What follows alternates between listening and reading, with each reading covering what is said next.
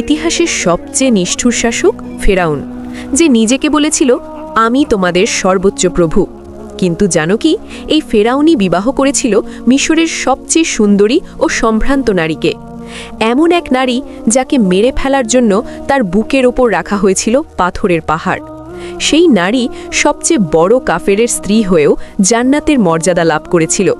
কি এমন কাজ করছিলেন যে আল্লাহ তাআলা তাকে জান্নাতে প্রবেশ করাবেন? তো শুরু করা যাক। মিশরের রাজপ্রাসাদে তখন উৎসবের ঢেউ। ফেরাউন, যে নিজেকে খোদা দাবি করত, বিয়ে করতে যাচ্ছে মিশরের এক সম্ভ্রান্ত পরিবারের কন্যা আসিয়া বিনতে মুজাহিমকে। আসিয়া ছিলেন অপরূপ সুন্দরী, বুদ্ধিমতী এবং কোমল হৃদয়ের অধিকারী। কিন্তু তিনি জানতেন না এই বিয়ে তার জীবনে কী ভয়াবহ পরীক্ষা নিয়ে আসবে। বিয়ের রাতে যখন আসিয়াকে সোনার সিংহাসনে সাজিয়ে ফেরাউনের প্রাসাদে নিয়ে যাওয়া হলো, তিনি দেখলেন তার স্বামী শুধু একজন রাজাই নন, বরং এমন এক মানুষ যে নিজেকে সৃষ্টিকর্তা মনে করে। ফেরাউন তার প্রজাদের বলতো, আনা রাব্বুকুমুল আলা, আমি তোমাদের সর্বোচ্চ প্রভু। বিয়ের পর দিন যেতে লাগলো, কিন্তু আল্লাহ তাআলা ফেরাউনের কবল থেকে আসিয়াকে হেফাজত করেন এবং ফেরাউন তার উপর কিছু করতে পারত না। সে আসিয়ার সাথে সম্পর্ক স্থাপন করতে গেলেই আল্লাহ তাকে চিরনিদ্রায় ঘুম পাড়িয়ে দিতেন। আবার কোনোদিন প্রতিবার চেষ্টা করলেও যেন কোনো অদৃশ্য শক্তি তাকে বাধা দিত। সে ক্রোধে ফেটে পড়ত, কখনো লজ্জায় নীরব থাকত। আসিয়া বুঝতে পারছিলেন না কেন এমন হচ্ছে, কিন্তু তার পবিত্র হৃদয়ে একটা ইশারা আসতে থাকল, হয়তো আল্লাহ তাআলা তাকে এই জালিমের স্পর্শ থেকে রক্ষা করছেন। ফেরাউন বিভিন্ন জাদুকর ও চিকিৎসকদের ডাকল, কিন্তু কেউ কোনো সমাধান দিতে পারল না। এই ব্যর্থতা ফেরাউনকে আরও নিষ্ঠুর করে তুলল। সে আরও বেশি নির্যাতন শুরু করল বনি ইসরায়েলদের ওপর, যেন নিজের পুরুষত্বহীনতার ক্ষোভ তাদের ওপর ঝাড়ছে। যেহেতু ফেরাউনের কোনো সন্তান ছিল না, তাই তারা একটি মেয়ে সন্তানকে লালন পালন করত। একদিন আসিয়া প্রাসাদের জানালা দিয়ে দেখলেন নীল নদে একটি ঝুড়ি ভাসছে। সে দাসীদের পাঠিয়ে ঝুড়িটি আনালেন। খুলে দেখেন একটি নবজাতক শিশু। আসিয়া ফেরাউনকে অনুরোধ করলেন, এ হতে পারে আমাদের চোখের শীতলতা, আমাদের তো কোনো সন্তান নেই। ফেরাউন রাজি হল, যদিও তার মন্ত্রীরা সতর্ক করল যে এই শিশুই হয়তো সেই ভবিষ্যৎবাণীর শিশু যে ফেরাউনের রাজত্ব ধ্বংস করবে। কিন্তু আসিয়ার অনুরোধে আল্লাহ ফেরাউনের হৃদয়ে মমতা ঢেলে দিলেন। শিশু মুসা আলাইহিসসালাম বড় হতে লাগলেন প্রাসাদেই। আসিয়া তাকে নিজের সন্তানের মতো ভালোবাসতেন। বছরগুলো কেটে গেল। মুসা আলাইহিসসালাম মাদিয়ান থেকে ফিরে এলেন আল্লাহর নবী হয়ে। ফেরাউনের দরবারে তিনি এলেন সত্যের বাণী নিয়ে। আসিয়া লুকিয়ে শুনছিলেন সব কথা। যখন মুসা আলাইহিসসালাম বললেন, আমি জগৎসমূহের রবের রাসূল, আসিয়ার হৃদয় যেন বিদ্যুৎ খেলে গেল। তিনি ছোটবেলা থেকেই অনুভব করতেন যে ফেরাউন সত্যিকারের খোদা হতে পারে না। আজ মুসার কথায় সেই সত্য স্পষ্ট হল। যখন মুসা তার লাঠি নিক্ষেপ করলেন এবং সেটি বিশাল সাপে পরিণত হল, আসিয়ার চোখে আল্লাহর কুদরত প্রকাশ পেল। যখন মুসা হাত বের করলেন এবং সেটি উজ্জ্বল আলোতে ঝলমল করল, আসিয়া বুঝলেন এই হলো সত্য। সেদিন থেকে আসিয়া গোপনে ঈমান আনলেন। তিনি প্রাসাদের নির্জন কোণে লুকিয়ে নামাজ পড়তেন, আল্লাহর জিকির করতেন, কিন্তু ফেরাউনের সামনে ছিলেন নীরব। একদিন আসিয়ার এক বিশ্বস্ত দাসী তাকে নামাজ পড়তে দেখে ফেলল। সেই দাসী ছিল মুনাফেক, উপরে বিশ্বস্ত, ভেতরে বিশ্বাসঘাতক। সে গোপনে ফেরাউনের মন্ত্রী হামানকে সব জানিয়ে দিল।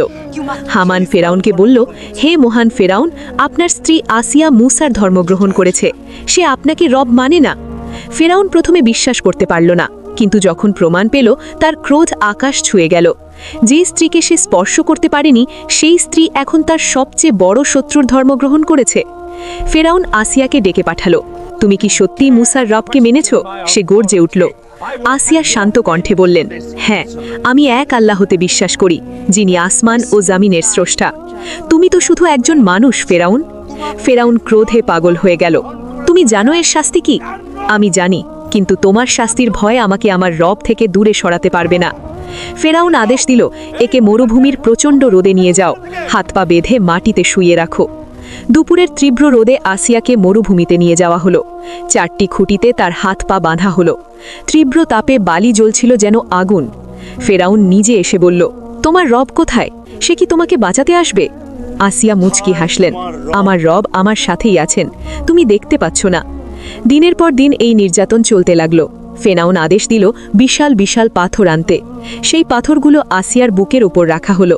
তার হাড় ভাঙার শব্দ হচ্ছিল, কিন্তু তার মুখে কোনো আর্তনাদ নেই, শুধু আল্লাহু আকবার, লা ইলাহা ইল্লাল্লাহ ধ্বনিত হচ্ছিল।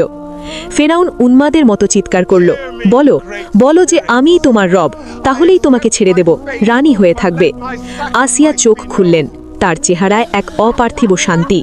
ফেরাউন, তুমি এই দুনিয়ার সম্পদ দিয়ে আমাকে প্রলুব্ধ করছো? আমার রব আমাকে জান্নাতে একটি ঘর দেবেন, সেই ঘর তোমার প্রাসাদের চেয়ে কোটি গুণ উত্তম। যন্ত্রণায় যখন আসিয়ার শরীর ভেঙে পড়ছিল, তিনি আকাশের দিকে তাকিয়ে দোয়া করলেন, রব্বি ইবনিলি ইনদাকা বাইতান ফিল জান্নাতি ওয়া নাজ্জিনি মিন ফিরাউনা ওয়া আমালিহি ওয়া নাজ্জিনি মিনাল কওমিজ জালিমিন। হে আমার রব, আপনার কাছে জান্নাতে আমার জন্য একটি ঘর নির্মাণ করুন, আমাকে ফেরাউন ও তার কর্মকাণ্ড থেকে রক্ষা করুন এবং এই জালিম সম্প্রদায় থেকে মুক্তি দিন। আল্লাহ তাআলা সাথে সাথে তার দোয়া কবুল করলেন। আসিয়ার সামনে জান্নাতের পর্দা সরিয়ে দেওয়া হলো। তিনি দেখলেন জান্নাতে তার জন্য নির্মিত সোনার প্রাসাদ, যার সৌন্দর্য বর্ণনাতীত। আসিয়া মুচকি হেসে বললেন, ফেরাউন, তুমি জানো আমি এখন কি দেখছি? কিন্তু ফেরাউন তো অন্ধ ছিল। সেই মুহূর্তে আল্লাহ আসিয়ার রূহ কবজ করে নিলেন। তার চেহারায় এমন শান্তি ছিল যে ফেরাউনের সৈন্যরাও অবাক হয়ে গেল। কিভাবে একজন মানুষ এত যন্ত্রণার মধ্যেও শান্তিতে মৃত্যুবরণ করতে পারে? তিনি জান্নাতের 4 শ্রেষ্ঠ নারীর একজন হিসেবে অমর হয়ে থাকলেন, আর ফেরাউনের জন্য জাহান্নামের আগুন অপেক্ষা করছে চিরকালের শাস্তি। আসিয়ার কাহিনী আজও প্রতিটি মুমিন নারী পুরুষের জন্য অনুপ্রেরণা। তিনি শিখিয়ে গেছেন যে ঈমানের জন্য সবকিছু ত্যাগ করাই আসল সফলতা। রাজপ্রাসাদের সম্পদ, ক্ষমতা ও আরামায়েশ সবকিছু তুচ্ছ যখন আল্লাহর সন্তুষ্টির প্রশ্ন আসে। আসিয়ার জীবন থেকে আমরা শিখি, ঈমান মানুষকে সবচেয়ে শক্তিশালী করে তোলে। যখন হৃদয়ে আল্লাহর ভালোবাসা থাকে, তখন দুনিয়ার কোনো শক্তি ভয়ের কারণ হতে পারে না। আসিয়া প্রমাণ করেছেন যে নারীরা ঈমানের ক্ষেত্রে পুরুষদের চেয়ে কোনো অংশে কম নয়, বরং তারা সর্বোচ্চ মর্যাদার অধিকারী হতে পারেন। আল্লাহ তাআলা আমাদের সবাইকে আসিয়ার মতো দৃঢ় ঈমান দান করুন। আমিন।